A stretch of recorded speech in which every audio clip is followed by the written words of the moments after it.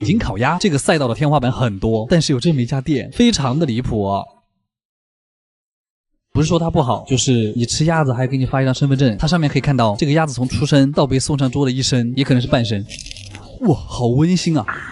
今天是和烤鸭兄弟一起来吃 Apex， 兄弟就应该是兄弟啊，而不是不兄弟，不管是在什么节日。那行，那就走吧，让我们去吧。店里的氛围非常的商务，西装革履的店员像是要去开早会。前菜我们先来一个黑蒜老哥汤，这听起来非常黑暗，它是甜甜的鲜鲜的味道，它也像在日本喝的那种鹿肉汤的禽类版，但鸽子肉特别的柴，主要还是得看烤鸭。它那个鸭子从炉子里面拎出来的时候，就疯狂的在流水，而且他家还是用果木烤的，现在已经没几家店这样做了。我其实特别喜欢看师傅片鸭，特别解压，可能还是个单鸭，片下去的时候里面没有那种白色的油，可能因为它肥瘦刚刚好，鸭皮的厚度也刚好合适。第一块我们用鸭皮蘸了一点甜面酱，用饼皮包着，它那个鸭皮就是又脆又爆油的那种，很像鸭油渣的感觉，真甜。它那个皮儿里面的油，他家的饼皮其实特别的薄，如果你裹上鸭皮和鸭肉，就能吃到又酥又脆的感觉，入口即化的同时又能吃到鸭肉的精瘦醇香，而且饼皮也很有韧劲儿，每一次嚼下去都会有新鲜的油水爆出来。如果你不蘸酱，仔细嚼一下还能尝到一点点果木的香味，它吃起来就是海绵的味道。好像每家烤鸭店都会有乾隆白菜这道菜，看上去简简单单一盘大白菜，但是在芝麻酱的加持下，就是脆嫩爽口又开胃。在吃鱼子酱烤鸭之前，先来试一下这个鱼子酱糖心鹌鹑蛋。别的不说，先说它这个分量，特别的像日料的分量，吃起来是一股淡淡的烟熏味。然后这个鱼子酱好像是因为他不想让烤鸭误会，两个人根本不沾边儿，就你刚尝到味儿，它就已经吞下去了。当我们要上第二只烤鸭的时候，服务员跟我们说，因为油脂太高，所以烤失败了，让我们再等一下。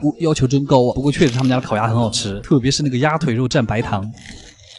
因为腿上的鸭皮特别薄，所以入口之后特别的脆，就是满口的鸭肉香。烟熏牛舌哎，刚吃的时候你可能会觉得有点咸，但是你多嚼几下，当牛舌的油脂香味压过烟熏味的时候，就会觉得特别美妙。吃惯了日本的就这个好好吃啊！它是用牛舌根切的丁，所以吃起来还有点杏鲍菇的口感。然后就是这个菜了，168一口，就这个真的非常夸张。它这个摆盘也非常欧式，鸭胸的皮盛的鱼子酱被下面的馒头片拖住，它入口有一种很神奇的感觉，就是你刚好能吃到咸香味的临界点，有一种油而不腻但是鲜而不咸的感觉，很好吃。但是我觉得它有点喧宾夺主。然后这个是他们家的肥肠，处理的太干净了。但是他们家这个黑松露虾球真的非常的好吃，它有一种淡淡的巧克力榛果的味道，特别是那个颗粒状的黑松露，贼入味儿，很便宜。接着是烧羊腩，羊膻味比较凶，可能因为羊肉选的比较肥，但我就喜欢这种。羊腩的皮已经烤成脆壳了，里面的肉还是很嫩。他们家羊肉都特别的骚。但这种冻鹅肝我其实一直不太能理解，因为它嚼起来真的很像在嚼一坨黄油。所以我对这个餐厅的评价是，他家的烤鸭我真的非常推荐。烤鸭的单价也不算贵，但他们家别的菜卖的真的很贵，所以四季民福约不上位子就来这儿吧。而且推荐指数8.5分。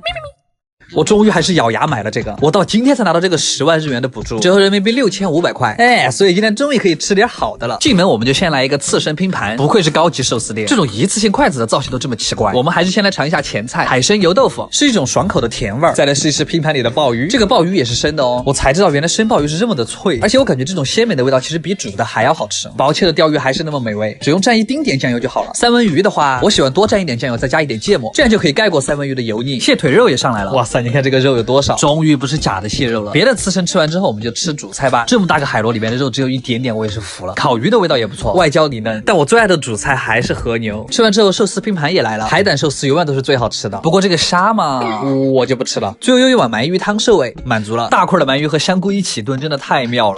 Hello， 各位朋友们，又到了每年大家扎堆过生的这个11月，请问大家都是约好在这个时候出生吗？真的很烦。还有比挑礼物更烦的事吗？然后更奇怪的是，我这个朋友还是个模特，所以我就不能送一些非常土的东西，你知道吧？所以送手办肯定是行不通的了。和诺诺讨论了一下，要不就送墨镜吧。这个好好笑哦。这个可能有点过了吧。我们再去书店看看，这有很多可爱的贺卡和画，但这个有点太小女生了吧？而且这个画真的超级贵，惊了。然后更奇葩的是，旁边还有卖50刀的。请问谁会买50刀啊？买50刀来干嘛呀？不过还好，我们最后想到了一个东西，特别适合送男生。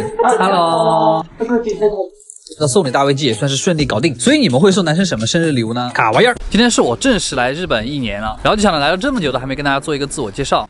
其实我也很简单，就是出生于一个很普通的家庭，然后大学毕业之后就去电视台实习，存了一些钱之后就想辞职来日本继续学电影，一共存了12万人民币过来。但是在交了1年的学费还有房租的头金之后，我没有剩什么了，然后就开始马上打工，1个小时1100日元，大概人民币70块钱，做过便利店，送过外卖，还帮别人拍过视频。那个时候就和普通留学生完全一样，然后就这样过了3个月的样子，觉得这样下去还是不不行。打工虽然能够勉强活下去，但是这个和我来日本的初衷完全不同，而且其实这样的收入根本交不起第2年的学费，所以我就试着向各个公司投了简历，然后开始了面试。不过很巧的是，因为拍抖音的原因，给一些日本公司留下了很好的印象，所以就真的是运气太好了，有3家公司给了我机会。最后我选了一家小姐姐最有眼缘的公司吧，之后就被迫退学了，剩下的学费也没有退。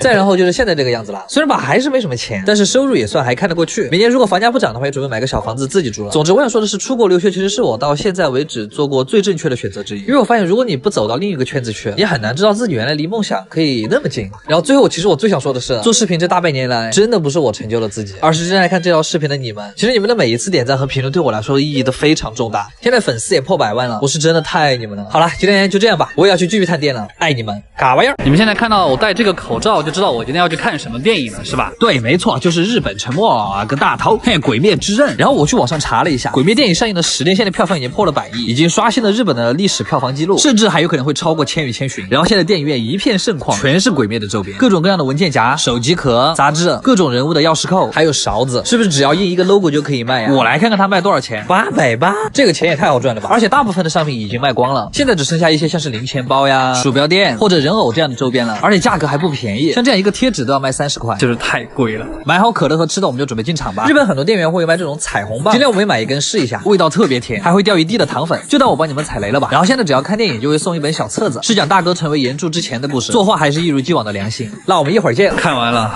好看是好看，但是一定要备好纸巾，1包勉强，2包哭爽。嘛，剧情我就不说了，只能说大哥最后那场打斗真的是太屌了，这推荐指数10分，卡哇样。嘿嘿，今天这轮一餐可不简单，今天是被邀请来了一场名媛聚会，虽然我也不知道去了干什么，但是主办方说有很多好吃的，我就想起了我妈告诉我那句话，免费的饭就是最香的饭，所以我这不就来了嘛。这是我们的新朋友，干干，我的师傅也来了 ，Rich People， 今天感觉来了很多熟人，不过我越看越奇怪，今天全场好像只有我一个男的，嘛，不过无所谓了，这是一个富婆美容仪的体验会，现在感觉更像是一个大型博主见面会，反正我是过来吃东西的，不过难得的机会还是体验一下富婆的玩具是什么样子。这会场的甜点我也都帮你们吃过了，不愧是富婆的生活，也不知道今天有没有富婆可以看穿我的逞强。其实在日本这样的新品发布会还是有很多的，结束之后还有一顿丰富的晚餐，这是一家意餐，其实意餐大家应该都懂，虽然好吃还是好吃，但就是你吃到最后你都不知道自己吃了什么。前菜大多是鱼和蔬菜，第一道主菜是奶油焗饭，奶香的米饭配上酥脆的鱼排，这个非常高级。第2道主菜就是牛排了，5分熟真的巨好吃，里面的汁水非常多，咬下去外面是焦焦的口感，然后汁水一下子爆发在你的口腔里面，再配上一些酱汁和芝士土豆泥，我又好了。最后的甜品是奶油布丁，可能这个摆盘就要值100块吧，甜而不腻。你看这个像不像你摇晃的肚皮？今天也是快乐的一天，我爱富婆，卡哇样。天哪，这家店我是真的爱了，这么远跑过来也值了。我不知道为什么我现在非常的想吃炸鸡，所以我就去网上搜了一下日本最好吃的炸鸡在哪儿，然后我发现了很多答案都指向了一个地方，名古屋。我住在东京，名古屋离我大概有400公里，是真的远。但作为一个美食博主，跨越半个日本还是没什么问题的。